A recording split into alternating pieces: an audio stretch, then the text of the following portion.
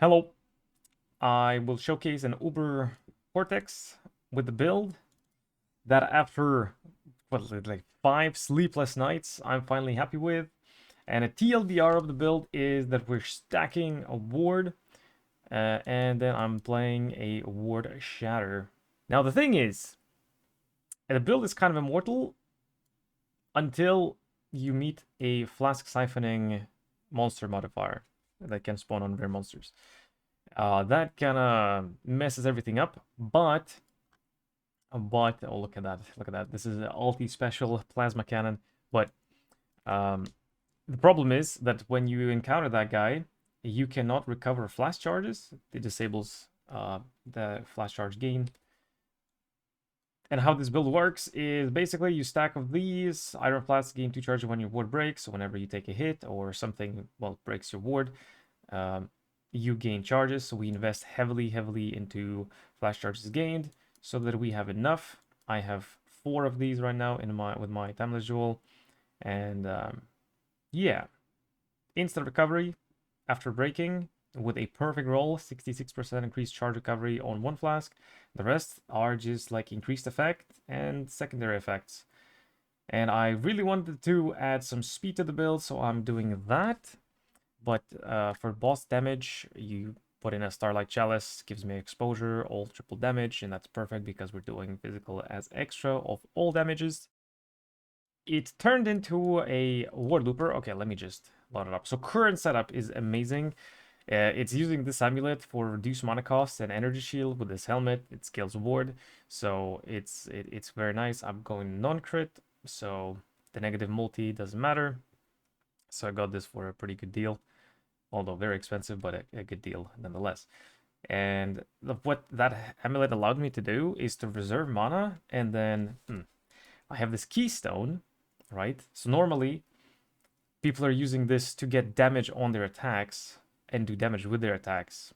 But no, I'm just using this so that when I attack with an attack, it breaks my ward and it's initiating the loop. I don't have to weapon swap. You know, like with the traditional ward loopers, you have to weapon swap, have the minion essence that spawns them, you weapon swap back, they die, so then it starts doing damage with the ring. None of that. Here, we just attack once, boom, the loop is going, and look at that. I have a ward, cast on ward break, Blade Vortex, which is generating basically all the time. It's at 10 stacks. And then cast for damage taken, level 21, Blade Blast of Unloading.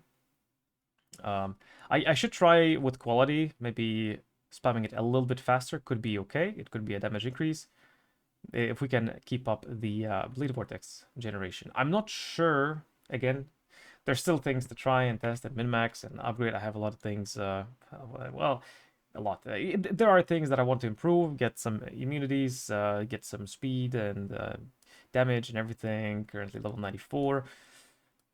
But yeah, it's full screen exploding, and you can't really see the ward shatter, but it's like this big as well. Like it's almost full screen. I'm investing quite heavily into AoE. The main thing is we get a 100% increased effect, Falbor Might of the Meek, which makes these nodes omega good. It's like permanent assert dominance per point, right from the Cluster Jewel notable assert dominance, but it's not, if you've killed recently, it's just always there. Energy shield, perfect synergy here to increase that energy shield / ward. And yeah, and then just flash charges. I can get better clusters. I need to solve attributes. Lots of stuff. But anyway, let's just run and click the flask. And look at that. Look at that. Oh, well, we're having server issues again.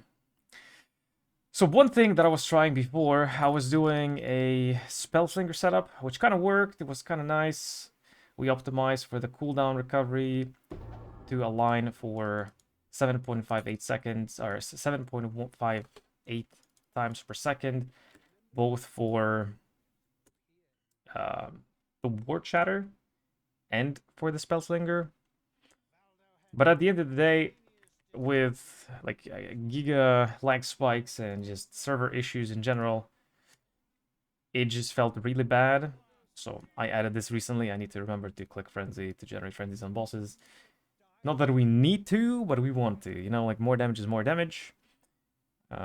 And yeah, because of the ward setup, I can pretty much tank everything. I currently am running Immortal Call.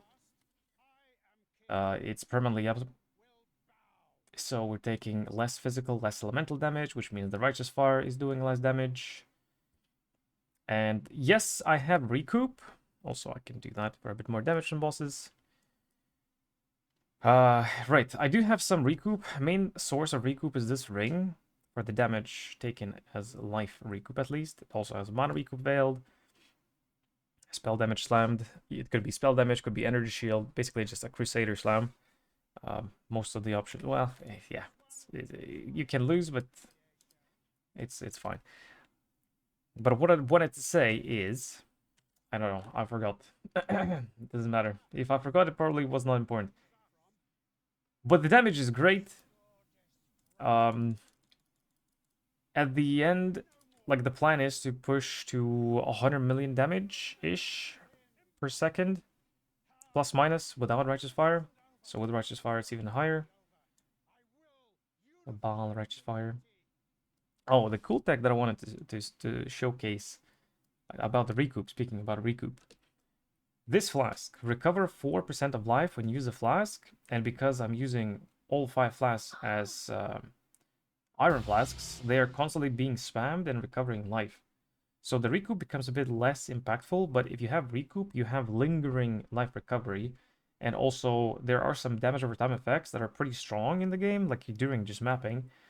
So even then, I feel like I'm tanking a bit sometimes.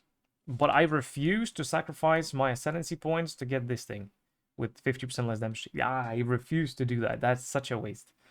I'm doing a Scion right now, and what I'm getting here is I'm getting 15 cooldown recovery, which gets my Ward Shatter to the next breakpoint. It has the same cooldown as a cast on crit setup, so you basically need the same amounts. You need 14% and 52%. If you go for a Saboteur on the Shadow, if you have a different, Timeless Jewel, which is like, it's so cool. I love this concept of flexibility.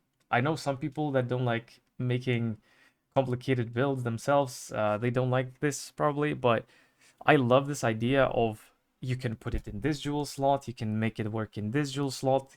If you get a GG jewel, basically in any socket, you can change the ascendancy, make the build work, make it, it's so cool. It's very complicated, but it's very cool. It's Anyway, so what I'm doing here is I'm getting the cooldown recovery to next for the next breakpoint. So instead of 6.06 times per second, we're proccing 7.58 times per second. Also, this gives just area damage, which works with BV and Bleed Blast of Unloading, and also with the Shatter, Ward Shatter. And then I also wanted to push for AoE. If you know me and my builds, I like AoE, so I just wanted to find a sweet spot of stacking AoE and getting the most amount of benefit from everything else. So I got AoE here, I'm getting 30% additional AoE here, then we have Culling Strike, we have Overleech, and we get reflected physical damage immunity. There is an option to go for Elementalist. It's decent, especially with this Flask. You basically have an aura of 30 exposure, which is great, but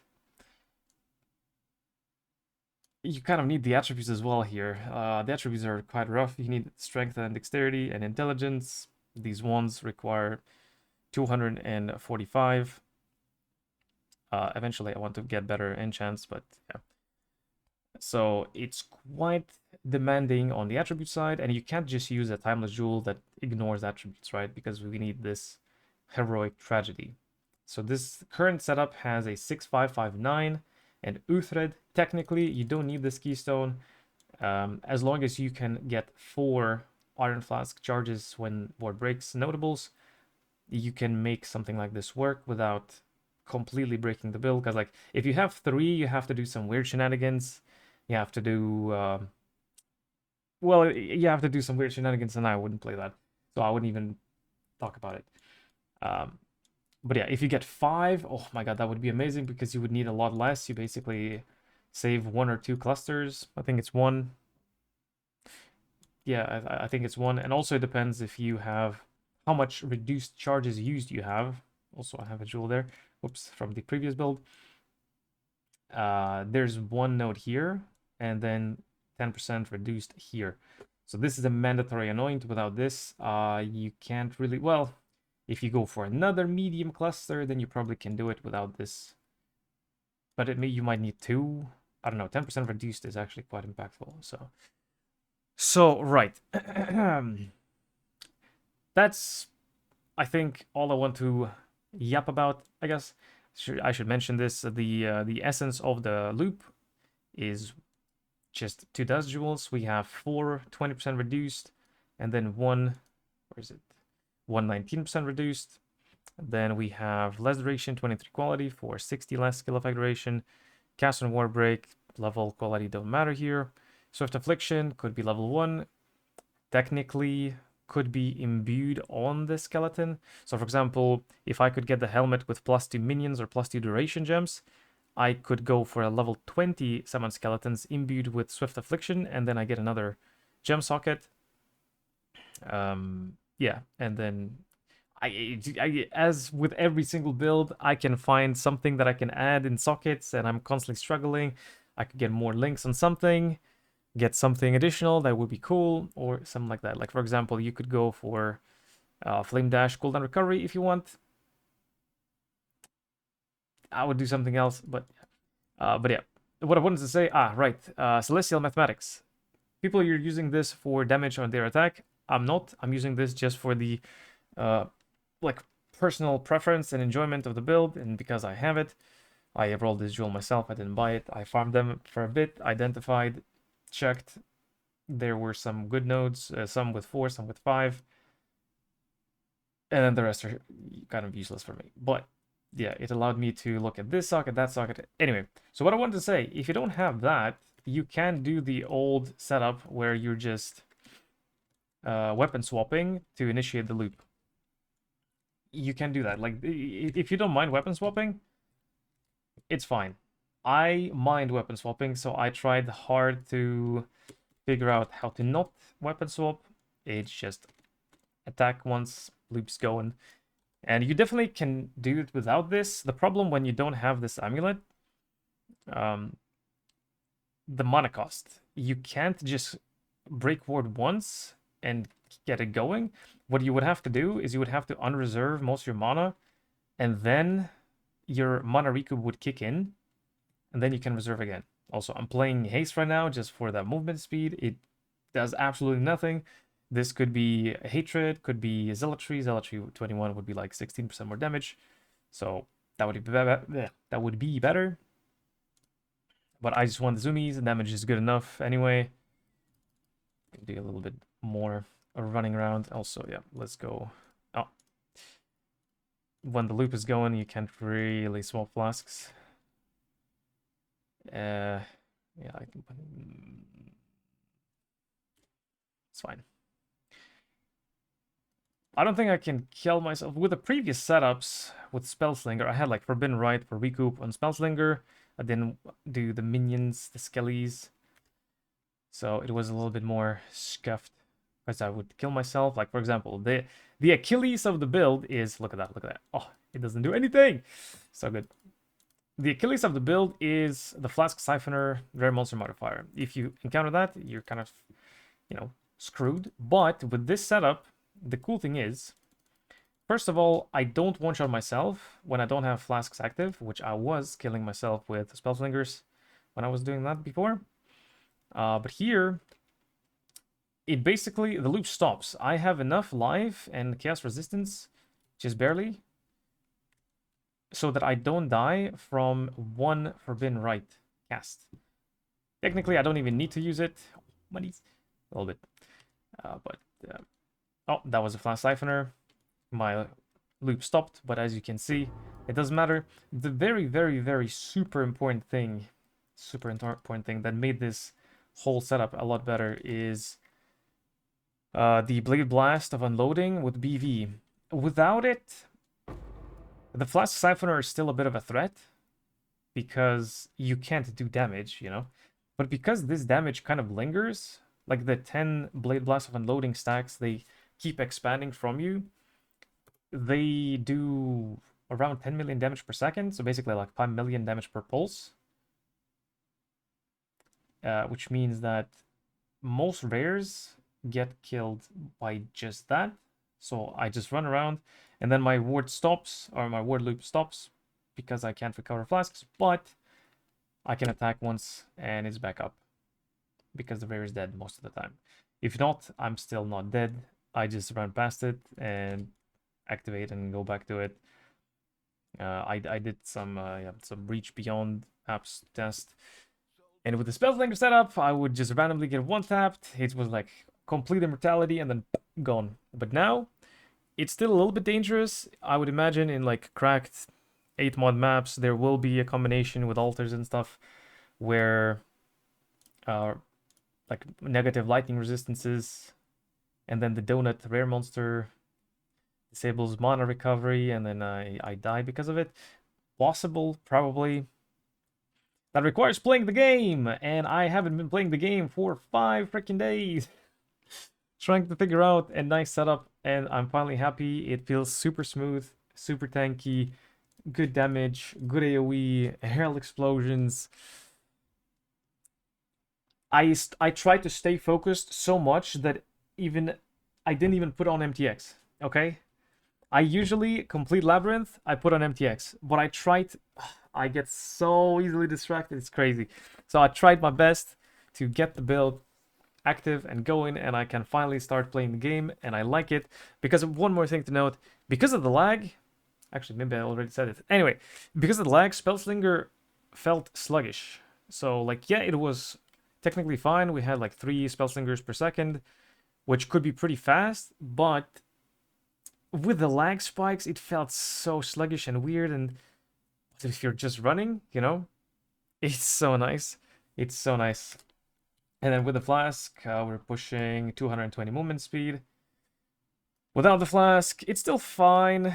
With the haste, it's 110 movement speed. Sadly, I can't use Withering Step, because Withering Step gives me global chance to avoid all damage, which means that I can avoid my minion damage that I take from the ring, from minion death. And yeah, and then the word loop stops. But that would be that was pretty cool, because you can do the rune graft with elusive effect going up for the first 2 seconds, which gives a lot of movement speed. But you can't do that. I can't do that. So pointless to talk about it more than what we need to talk about. And yeah, I'll be playing this build. We'll be min-maxing it. It is, I mean, it's quite expensive already. Like, I have some stuff that I crafted. Like, these boots are insane. And I don't even need the cooldown recovery rate anymore. This was used for the Spellslinger shenanigans, because if you have a Spellslinger with Lightning Warp, which was what I was doing, right? The cooldown can be scaled down with travel skills cooldown, because Spellslinger, well, let's not get into that. I'm not even using that anymore. But basically, yeah, cool tech for that. And then, yeah. My current plan is to get a Void Shock somehow, so that I don't need a Void Shock on the Flask, and then I can run this Flask permanently and run that Flask permanently. Because previously, right, when I was doing the Spellslinger, I didn't need movement speed at all. Right, it was basically instant, so when I attack, I Spellsling, so I didn't even need movement speed. It was even playable without movement speed on boots, but yeah, there's a tier 2, yeah, whatever. Yeah, but then again, I just wanted something different with lags and everything, and I don't know, just I didn't like Spellslinger that much. But this, oh my god, it's amazing. Okay, that's it for the video. If you have any questions, I'll be streaming this on Twitch, so you can ask questions. Feel free to ask questions there. And yeah, it's not really a build guide. It's just a build showcase. Yeah, if you have any questions, drop by the stream, and I'll see you there. Bye.